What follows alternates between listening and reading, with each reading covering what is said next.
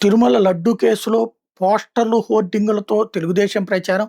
దాన్ని తిప్పికొట్టేందుకు వైఎస్ఆర్ కాంగ్రెస్ పార్టీ వాళ్ళు రోడ్డు మీదకొచ్చి అటు అంబటి రాంబాబు, జోగి రమేష్ బూతులు తిట్టడాలు ఇదంతా ఒక ఎత్తైతే ఇప్పుడు తిరుమలలో కల్తీ జరిగిందని పదే పదే ప్రకటనలు చేస్తున్న చంద్రబాబు నాయుడు, పవన్ కళ్యాణ్ మీద కేసు నమోదు చేయాలంటూ ఇవాళ పటమట పోలీస్ స్టేషన్‌లో చింతా వెంకటేశ్వర్లు అనే వ్యక్తి రిపోర్ట్ ఇచ్చాడు.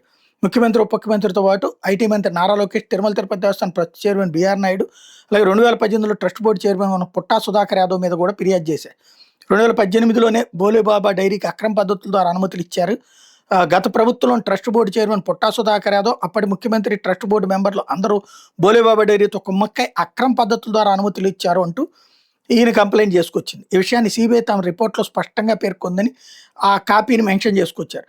6/7/2024, 12/7/2024లో వచ్చిన నెయ్యి ట్యాంకర్లోని శాంపిల్స్ ఆధారంగా బీఫ్, కొవ్వు, పంది కొవ్వు మరియు ఫిష్ ఆయిల్ కలిసాయని రిపోర్ట్ వచ్చిందని, దానికి ఈ ప్రభుత్వంలో ఉన్న అధికారుల మీద చర్యలు తీసుకోవాలి అంటూ ఫిర్యాదుదారుడు కూటమి ప్రభుత్వంలో వచ్చిన తప్పుల్ని సరిదిద్దుకోవడానికి వెంకటేశ్వర స్వామి ప్రసాదం మీద తప్పుడు ప్రకటనలు చేస్తున్నారు అంటూ కంప్లైంట్ చేసుకొచ్చారు.